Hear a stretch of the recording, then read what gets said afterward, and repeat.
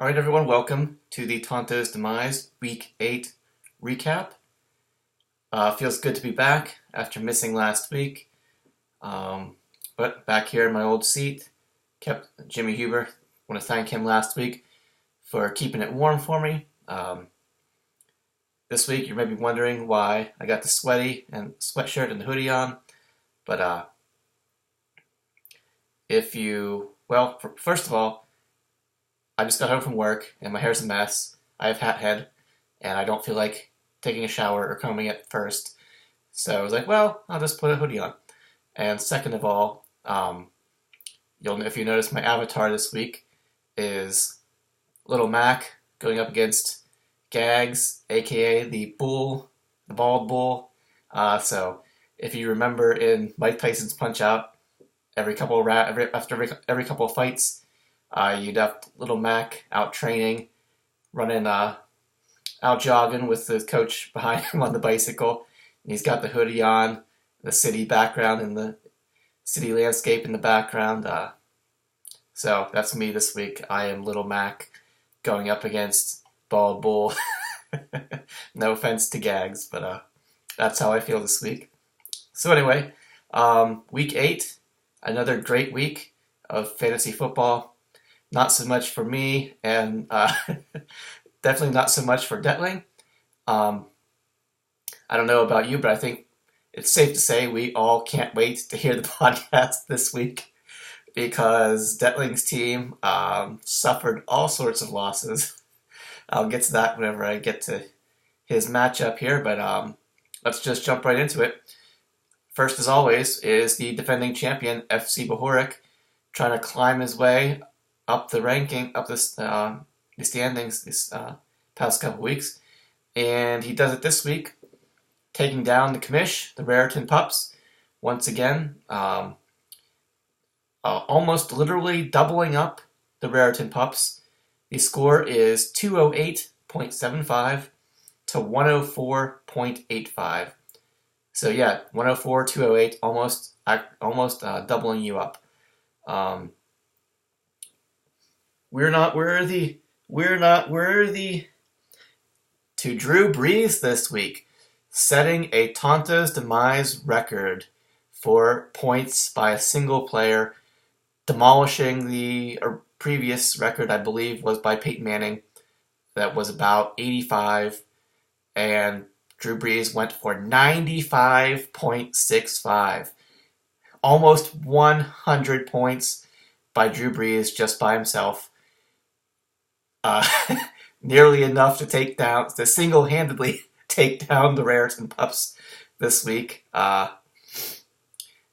I said 95.65 from Drew Brees.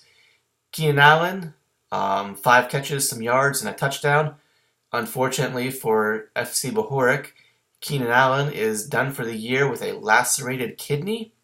I don't know if it wouldn't surprise me if one of the Ravens DBs that was covering Keenan Allen pulled out a little switchblade or knife or something and just stuck him while he was trying to catch that touchdown pass. And like I said, lacerated kidney, done for the year. Bad news for you. Demaryius Thomas, big game for him. 8 catches, over 160 yards. Roddy White, 2 for 20. Garrett Blunt got you 7. You picked up and played Orleans Darkwa. He only got you 2. Monday night, you got Greg Olson, 20 points from him. CJ Spiller, actually didn't do too much. Doesn't look like he really had any rushing stats, but maybe just a little bit. Most of his, he had 20 rushing yards, but most of his points came from his receiving touchdown. McManus, usual, couple field goals, couple PATs from him. And you had no defense this week going into the weekend since I think Buffalo was on a bye. So picked up and played the Saints defense. Probably not the best move, but there was not too many moves that you could make picking up free agent defenses. This one seemed all right going into it, hoping that maybe Eli would be Eli and throw a handful of interceptions, get some turnovers for you. But not this week, as obviously, uh, has anyone who noticed, unless you were in a hole or under a rock this weekend, you know that the Saints-Giants game featured over 100 points and over 1,000 yards of total offense. But Saints defense, you won the game. They had a turnover, a couple sacks. So even though the yardage and points was ridiculous, you ended up getting a few points out of that. But like I said, it really didn't matter because you were up against the Raritan Pups. Once again, just barely climbing over 100 this week. I believe the point total was 64 going into Monday night with Andrew Luck and Dante Moncrief. Let's see. Baldwin had 6. Mike Wallace had 0. Marshawn Lynch got you 7. Jeremy Hill got you 6. Jimmy Graham got you 14. Not bad there. Nate Washington got you 17.5. Not too bad. He had 70 yards and a touchdown. Your kicker got you a couple field goals, couple PATs. And unfortunately, your defense, I think neither one of you had a defense going into the weekend because they were both of your starting defenses were on bye this week.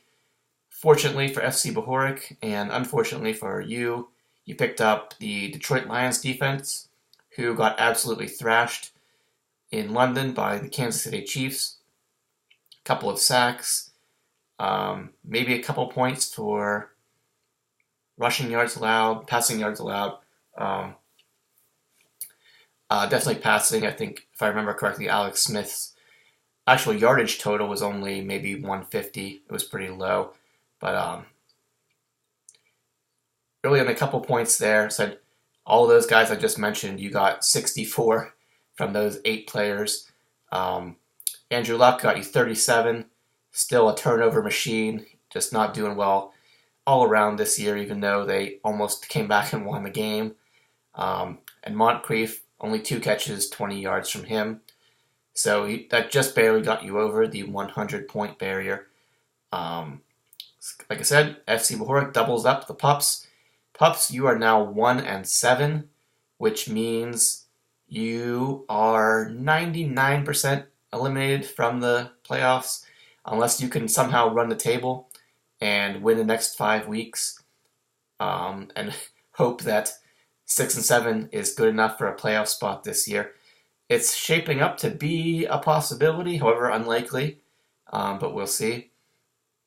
While FC Bohoric, after starting with, I don't know if you were 0-4 or 0-5, but climbing back up, and you are now 3-5. You're in 9th place, though, still. Next we have, I was talking about Detling and Huber Squashers, so let's just go right into their matchup against the Twerkin Bowl Cuts. And Twerkin took this one down, the final score, 158.65 to 151.4. An alarmingly close matchup, all things considered, since, let's talk about the winner first, Twerkin Bowl Cuts. Looks like he's going to be going with Blake Bortles, maybe the rest of the season. Hopefully, hoping for big things from him into next year. But he was on bye this week, I believe. So right now you got Jay Cutler, surprisingly doing fairly well. Got you over 40 points, 44. Larry Fitzgerald, another good game from him. 9 for 84 and a touchdown. 21.5. Travis Benjamin, still a big hit or miss guy. He got you 5.5. Emmanuel Sanders, who you traded for not too long ago, had been the most consistent Denver receiver, at least until this week. Don't know how much his injury is still affecting him, but he only had 2 for 22. Frank Gore got you 7. Gio Bernard got you, 1.2. Tyler Eifert got you 8. Diggs, this receiver from Minnesota, they were kind of making fun of him on the podcast a little bit, questioning how consistent he looks like he can be, but the guy's putting up numbers every single week these past few weeks, so no reason to take him out of your lineup. 6 for 95 and another touchdown from him, 21 and a half. Couple field goals, a bunch of PATs from your Arizona kicker, and definitely probably the best move here. The best play for you overall was the St. Louis defense going against the woeful San Francisco 49ers this year, just not able to do too much. Kaepernick's in a funk. They lost Reggie Bush to a pretty ridiculous injury. Had a bunch of sacks. They got a safety. Only gave up the 6 points. So Yahoo has 17. It was definitely a lot more than that. As for Huber Squashers, you nearly said you only lost by 7 points. You had Ben Roethlisberger coming back, hoping for big things from him. Unfortunately, several interceptions. Not sure. Did he have a touchdown? I don't think so. Oh yeah, he did have one touchdown to Antonio, but only 36 points from him. Julian Edelman had a big game for you Thursday night. Good start for you. At least it was a good start for you. 27 points from him, 2 touchdowns, 80 yards. Calvin Johnson, 5 for 85, so 13 and a half. It's looking like Calvin Johnson did something to his ankle, didn't come back into the game on Sunday morning, so I'll have to wait and see just how hurt he is. That could be another problem for you. But let's see. You had Steve Smith, pretty much the exact same total as Calvin, 5 for 82. But unfortunately for you, Steve Smith tore his Achilles tendon. He is done for the year, possibly done forever. I know he said this was going to be his final season, but he is a badass, as we all know. He might not want his career to end like this, so maybe he'll change his mind and try to come back next year, maybe give it one more try. But if we've seen the end of Steve Smith, much respect to that man. Like I said, he is a badass who has put up a pretty stellar career, even though he showed off recently, for the past couple of years in Carolina. But as anyone who's had him in fantasy the past decade, seems like he's been around, but he's been a monster for many seasons. So hopefully, it might be the last of him. Hopefully not, but much respect to you, Steve Smith. Ronnie Hillman, the Green Bay Packers game. Only 60 yards, but he did punch in 2 touchdowns for you. I think all the Denver touchdowns this week were rushing. I would know as watching Peyton Manning in that game. Let's see, Abdullah, he got you 3 yards, 0.3 points. Bennett, the Black Unicorn, got you 6. And here's probably the biggest blow, definitely the biggest blow. Le'Veon Bell, 45 yards, couple catches, got you almost 8 points. But unfortunately, the Cincinnati Bengals just love to take this guy down. They're out to get him once again. You may remember last year, hit to the knee, knocked him out of the playoff game, which we couldn't move the ball at all after that. But Le'Veon tackled awkwardly, came down, tore his MCL, I believe. He is done for the year. The good news is you do have D'Angelo Williams, who you backed him up for the first couple games with, and I mean, D'Angelo was great the first couple weeks, so yeah, it's disappointing to see Bell go down, but good that we've seen production from his backup. You've seen production, so as a Steelers fan, it's not. I mean, yeah, we're really disappointed, but we've definitely backed him up with someone who can go out there and perform on a weekly basis. So that's somewhat encouraging, even though we lost to the Bengals and looking like the best we can do this year is a wild card berth. Yeah, the Huber Squashers are. This was probably the roughest week of your fantasy career. Not to mention Joseph Randall, who was on your bench this week. I believe he was cut by the Cowboys. Who knows if he'll be picked up by anybody else? But tough, just tough. Going to be a tough rest of the season for you. But well, hey, anything can happen. Boswell, your Steelers kicker, a field goal and a PAT. Arizona defense, surprisingly, even though I guess it was in Cleveland, so you can't expect crazy game from their defense, but it's still Arizona against Cleveland. They were actually way behind in this game, came back, ended up winning 34-20.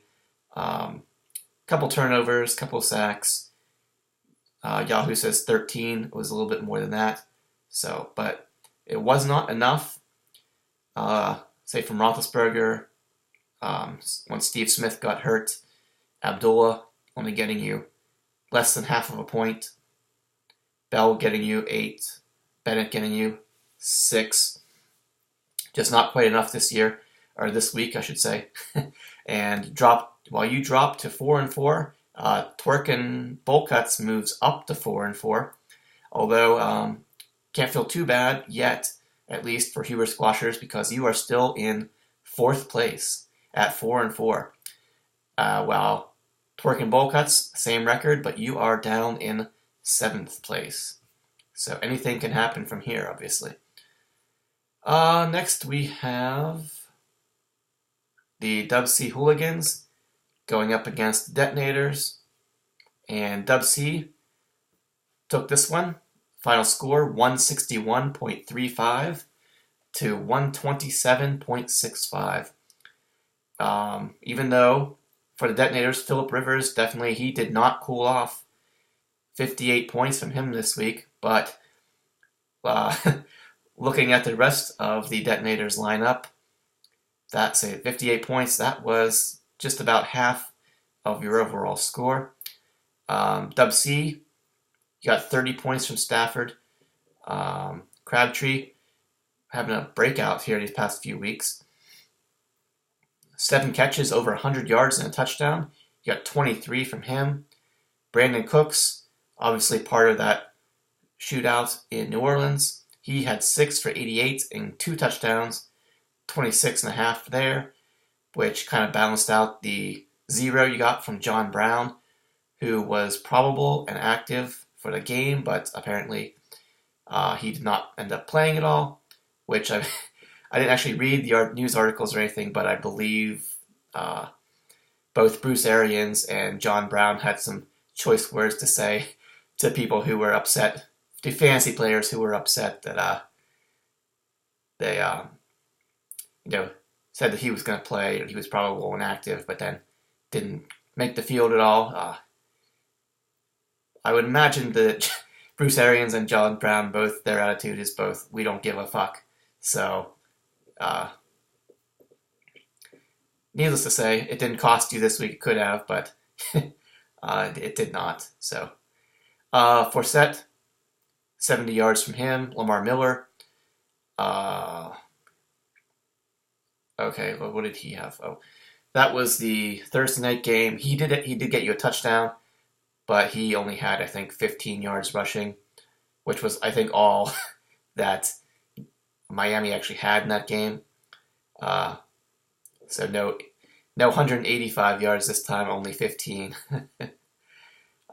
So yeah, 7 points. So that would be like 7.5 from him. Gronk, 6 for 113 and a touchdown, 23 points. Woodhead in for Arian Foster, who is gone. Only 6.5 from him. And Gostowski, a couple of field goals, couple PATs, typical game from him. 12 points there. Carolina defense, I think you pretty much had this one in the bag going into Monday night. You had about a 13-point lead with Carolina defense versus T.Y. Hilton. So you would really needed a big game from T.Y. and Carolina to just crumble But that did not happen, as Andrew Luck was Andrew Luck this year. A bunch of turnovers. Although they did come back, you ended up giving up a lot of points, a lot of yards, but overall, pretty good point total for your Carolina defense. As for the detonators, like I said, he needed a big one from T.Y. Hilton. Unfortunately, that was not to be. Only one catch for 15 yards. Martavis Bryant, 4 for 50. Mike Evans, 3 for 48. That's it. So your three receivers combined to get you about, 20 points total. Sims, one of your running backs, he got you 2. Alfred Blue got you 4. Delaney Walker got you 12. Duke Johnson in the flex, he got you 9. He only had 3 rushing yards, but fortunately, said you're flexing him, and he got 2. Unfortunately, only 2 catches, but they did go for 68 yards. Pretty good yardage total there. You'd like to see a little bit more from him, though, especially in that flex position. Hauschka, a couple field goals, a couple PATs. I think he missed a field goal. And, finally, your Tennessee defense. They lost the game, gave up a bunch of points, had a couple of sacks, just not as good as they were last week. I think somehow they actually did better against the Atlanta Falcons last week than they did against the Houston Texans this week. But so they lost the game, didn't get you much there. So total was 127. Like I said, almost half of that came just from Phillip Rivers. So definitely enough to swing that one fairly easily in favor of Dub C this week. And much like Hewer Squashers and Twerkin, Dub C is now 4-4, while the Detonators, you drop to 2-6, 11th place. And so 6 losses means the best record you can have is 7-6 this year. So any more losses, and you will probably join Jimmy Huber as being nothing but a spoiler for the last couple weeks of the regular season. But anything's possible, of course.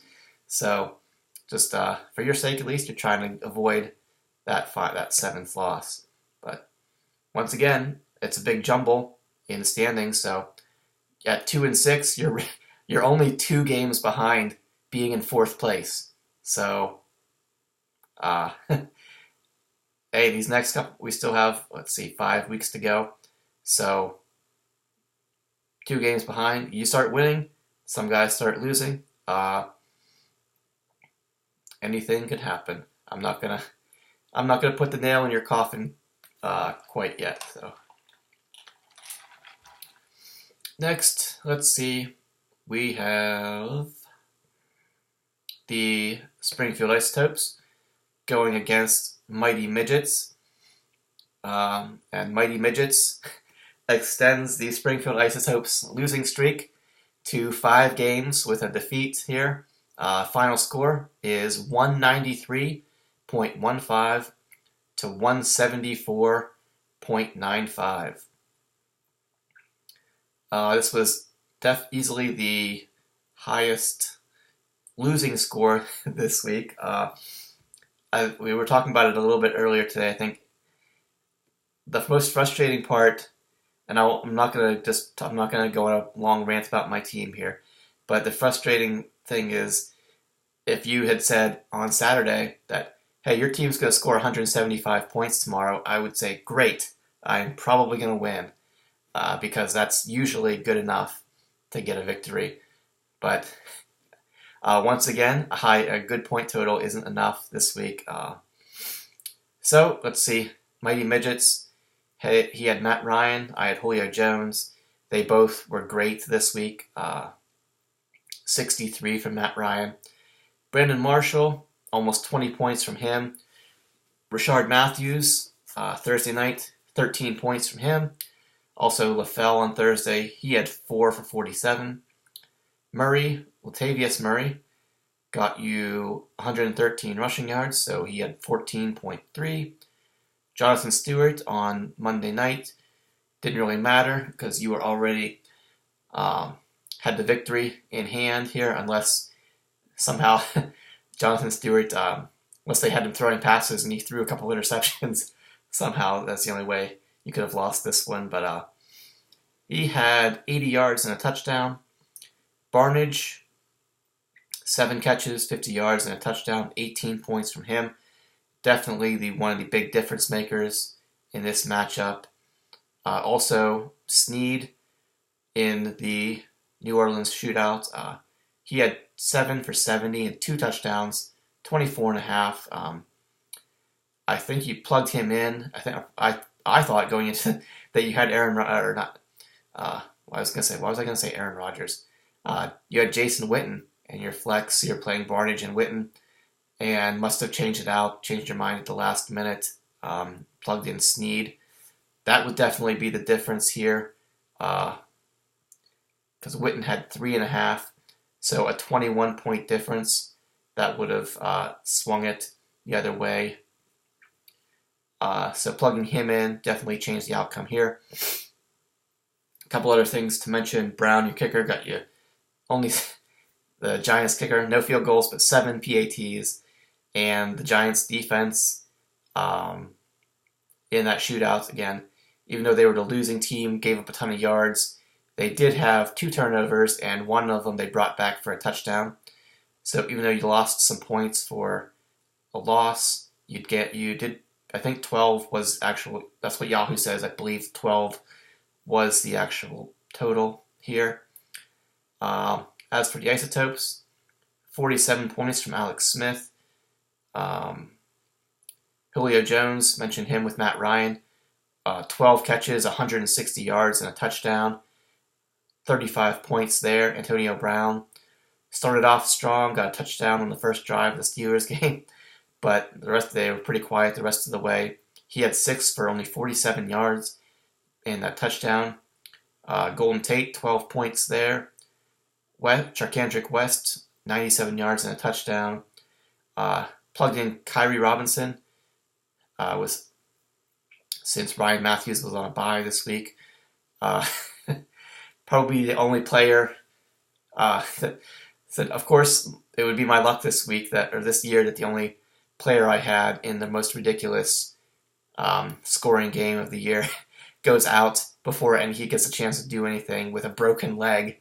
So he is done for, not only did he not get to do anything for this game, he is done for the year also. Richard Rodgers had to plug him in because Jordan Reed was on a bye, hoping for some stuff against Denver. Since they got good corners, hopefully expecting them to shut down Randall Cobb and James Jones and maybe Adams if he's back. But so hoping for maybe Richard Rodgers to sneak in there, maybe get a touchdown, get a handful of catches. But the entire Packers offense just could not do anything. If you watched that game on Sunday night, so only 3.5 points from him. Landry, a little bit disappointing. Would have liked to see him maybe sneak a touchdown in there. On Thursday, only 13 points from him in the flex, no rushing yards either. Santos, a field goal and a bunch of PATs. And Seattle defense, Yahoo says 7. I believe it was actually 22. So not too bad of a point total there, but unfortunately for me, I don't know if anyone who else is really paying attention, but almost all their points these past few weeks have been coming from yardage allowed. They only had 1 sack, which was near the end of the game, I think. They're not getting any turnovers, so it's making it really tough to really pile up the points from them without getting 1 sack, no turnovers. They've just not been generating turnovers. It's not just this past week, but for several weeks here now. But like I said, 175 is usually a pretty good score, but not a score. The isotope score again this week was just not enough. And Mighty Midgets, like I said, took this one down. Both teams now have the same record, at 3-5. But the Isotopes are in 8th place, and the Mighty Midgets are still down at 10th. Next we have Possum Magic going up against Chips My Boy. And Possum once again takes it down, bouncing back from his first loss of the season. Final score here was 183.1 to 166.9. Fairly good score put up by Chips My Boy, but much like the Isotopes, that's a good score that's going to win you a game most of the time, maybe half the time at least. You're going to win with that score more than you're going to lose with it, I think. But just not enough. Said wasn't quite enough here. For Possum Magic, let's see. Ryan Tannehill doesn't look like he had any touchdowns, but he had 2 picks. Got you 300 yards though, just under 40 points. Kendall Wright, let's see, 4 for 20.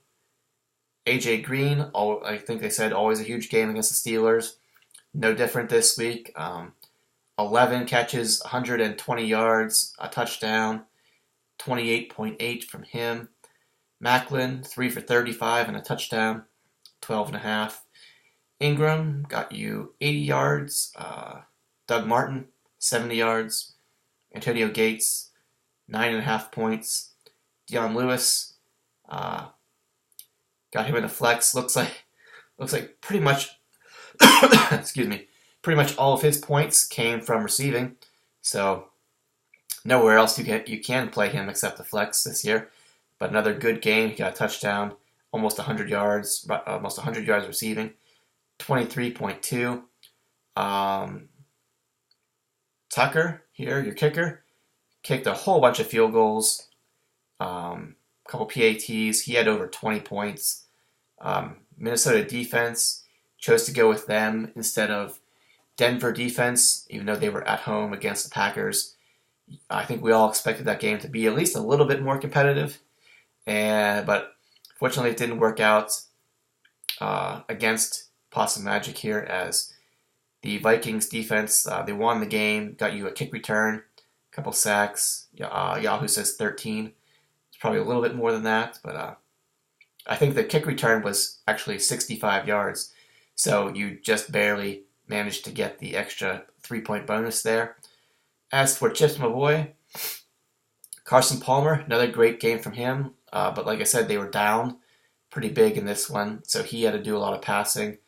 4 touchdowns from him, 58 points, including to your receiver, Michael Floyd, one of those touchdowns, over 100 yards, almost 21 points from him. Amari Cooper, 5 for 50.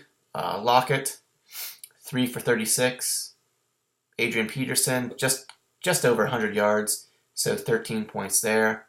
Chris Ivory, looks like he got you just under 2 points. Surprisingly, you would think they would have been able to go into Oakland and maybe do a lot of damage there, especially him on the ground, but only 17 yards. They actually got way behind, I think, in this game, just like Arizona, so they ended up having to throw the ball a lot. Also, they lost Fitzpatrick, so Geno Smith was in too. I don't really know how much that affected things, but like I said, they were trailing pretty significantly most of this game. You had Ben Watson, another player in the shootout, the Saints game. He had almost 30 points, 9 catches, 147 yards, and a touchdown. Devontae Freeman, the machine over the past few weeks here, he actually did get you 19 points, pretty good score. Phil Dawson, 2 field goals, 2 long field, including a long one. And one of the biggest difference makers here was, again, the Green Bay Packers at Denver. The Yahoo says 6, but the actual point total is 0 because you lost points for the loss, and let's see, they had a turnover, but that was wiped out by the loss. And even though Yahoo says points allowed is 21 to 27. They gave up 29, which is too much for us. So that was actually 0 instead of 3. So getting that 0 when you're hoping for you're hoping for 15 to 20 points from your defense. You get 20 points there. That swings this one in your favor. Like I said, you were expecting more from Chris Ivory, I'm sure. Maybe Amari Cooper, you're hoping for a little bit more from him, even though he was most likely on Revis Island. So, talking about Chips My Boy, we've mentioned before, I think I've mentioned it, they've mentioned it in the podcast, the Devontae Freeman effect. And I think it might be true here because if you go back and look, Chips My Boy, I think you lost the first 2 weeks, which you had Devontae Freeman on the bench anyway, because he didn't do anything. But then you plugged him in week 3, and that's when he started going off. And let's see, you won in weeks 3, 4, 5, and 6. And then these past 2 weeks, he's quieted down, and you've lost. I'm saying quieted down, but he still scored, say, 19 points this week. He still I think he had a good game last week. He had almost 20 points last week too. But it might be his the touchdowns. He's not getting the touchdowns. So if Devontae Freeman does not score, then Chips My Boy does not win, is what it's looking to shape up to be. Apparently that is the Devontae Freeman effect. If he doesn't score, you don't win. So something to keep an eye on here for the rest of the year. For me, I think me and Mighty Midgets are thankful because with his production trailing off a little bit, Matt Ryan's getting a little bit more. Julio Jones getting a little bit more. But again, Chips My Boy, just like a bunch of other people, you are 4-4 despite this loss, and you are in 5th place. While Possum Magic actually moves up back to 1st place with the loss by Vanilla, which I guess we'll get to now. Last matchup was the matchup of the week. Both teams were 6-1 going into this one. It is the Rook, Gags, going up against Vanilla, and Gags took this one down with his juggernaut of a team. The final score is 207.15 to 140.1. Hopefully this is not a preview of things to come for the rest of the season, with the Rook, now Mr. Gags, going up over the 200-point mark. Over 200 points, even though you had Aaron Rodgers, who only got you 21, and you still managed a 200-point effort. So 40 points from Beckham Jr. He had 3 touchdowns in that game, 130 yards, 8 catches.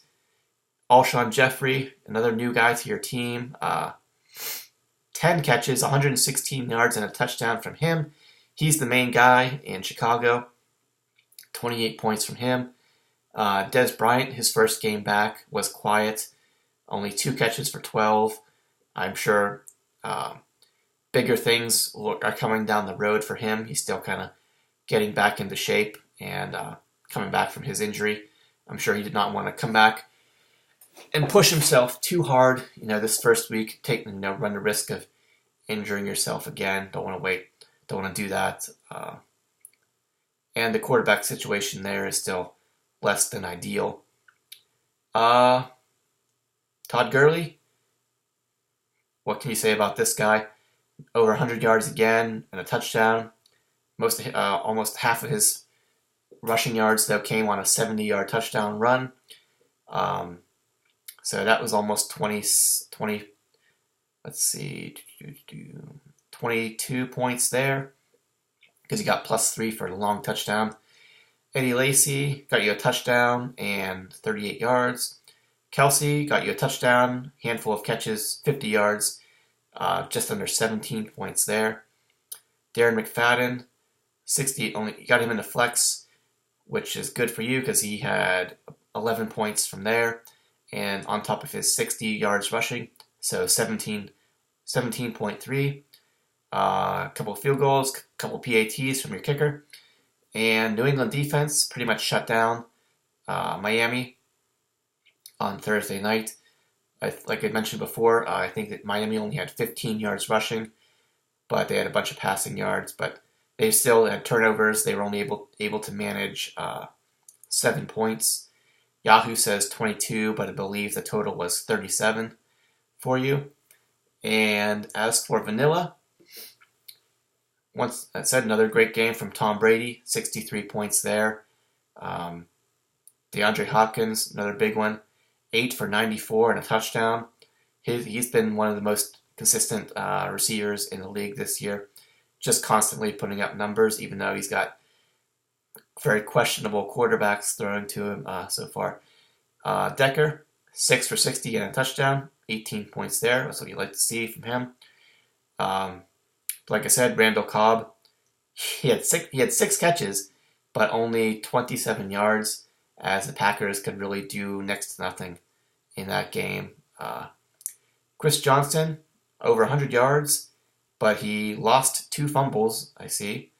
And let's see, Forte, you did not have him in the flex because I think you forgot to change your lineup Thursday at least, because you had Cameron stuck in your flex. So you forgot to take him out from the previous week, I think. So Forte, he only got you 4 points, but he is also hurt with a knee injury. Looks like he is out at least 2 weeks or so, maybe longer. So that's going to be tough for you here these next few weeks, as you're trying to hold on. So you're 6-2, but when you lose one of your best players, it's going to be tricky to try and hold on to. So you should be able to clinch a playoff spot, but it's going to be tough to stay up here in the standings with one of your guys going down. But like I said, he should be back by the end of this month, so he'll be ready for the playoff run if you make one, assuming you will. Larry Donnell, he only had 1 catch in that. So, disappointing for you too, I think. He hurt his neck in this game, I think. So Kyrie Robinson and Larry Donnell both got hurt before they had the opportunities to really blow up in this game. Before the game really blew up and got out of control. So unfortunately for you, only 3 points there. Jordan Cameron, 2 catches for 30 yards, 5.5 there. 1 field goal, 1 PAT from your kicker. And perhaps most surprisingly, I mentioned this before, the Jets defense fell behind very quickly by a lot to the Oakland Raiders, who look like maybe they're going to be for real. At least, yes, the rest of this year, they're going to make a playoff push. And at least, they got some rising stars, so they're going to be decent and maybe start making, like I said, a fantasy, or not a fantasy push, playoff push here in real life Raiders. So let's see, Yahoo actually says 0. That might have been right, if I remember correctly. They're not listed as having any turnovers or sacks, too many points and everything. So you probably went to I think they went down to -3. You might have gotten back to 0, or maybe you had 3. But you're hoping for a lot more when your defense is playing the Oakland Raiders. But maybe it's like I said, maybe they're turning it around and they're going to be actually competitive here. So they're not going to be a team that just gets walked out all over as they have been the past few years. So despite the loss, though, Vanilla, you are 6-2. You're still in 3rd place. You're 2 games ahead of everybody, at least 2 games ahead of everybody else. So even though you lost, you're gonna be without Forte for a little while. Hopefully for you, you can get a win, or at least get a win, and maybe get to 7, the magic number here, and hope that you can hold on to a high playoff spot. As for Gags, he moves to 7-1, but he is a little bit behind Tree in points, and so he is still in second place. So, like I said, obviously Odell Beckham, he's not going to score 40 points every week, but then again, Aaron Rodgers isn't going to score only 21 points every week. So, getting the 200 points, it's just there's no. I think they said there's without now. Joseph Randle he got cut from the Cowboys, so McFadden's going to be the guy. Although I think we said before this week he's always been an injury waiting to happen, so you're going to have to be careful there. Even though he's getting great numbers right now, Gurley, can he keep it up? We'll have to wait and see. But big things are probably down the road for Dez Bryant, so it's tough to to not to. I don't understand because I got over here. I got the draft board and I look at Gags' team after the draft, and I'm like, man, it was okay. Yeah, I think although I would say trading away Phillip Rivers was probably a mistake, and I think the numbers will back me up at least on that one so far. But let's see. Then I think did you get Emmanuel Sanders for him, and then you immediately traded him away? I think that was that the Aaron Rodgers deal? But so I mean, you've got these guys. Eddie Lacy said he's been battling injuries. He historically, picks it up here near the end of the season, but fairly unimpressive. I'm just starting to nitpick now, trying to find weak spots in your team here. But so it's going to be on paper. It's looking like Gags is going to be the toughest team to play against here down the stretch, thanks to all the trades that people have made. I have a hard time seeing the benefits to the teams that traded with him overall. Them actually gaining. I think Gags gained definitely more from those trades than he lost. But just taking a quick look here, Aaron Rodgers said he's actually been under 40 points. He's been at 40 or under from week 4 on. So he's been under 50 every week except one. So, I mean, it is Aaron Rodgers, but you're kind of hoping for a little bit more than that from him. So we'll see.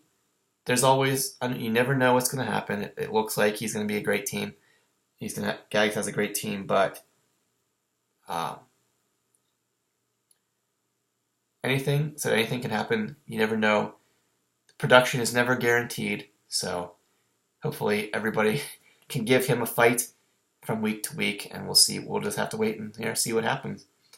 So I think that's pretty much it for this week. Like I said, it was another interesting week.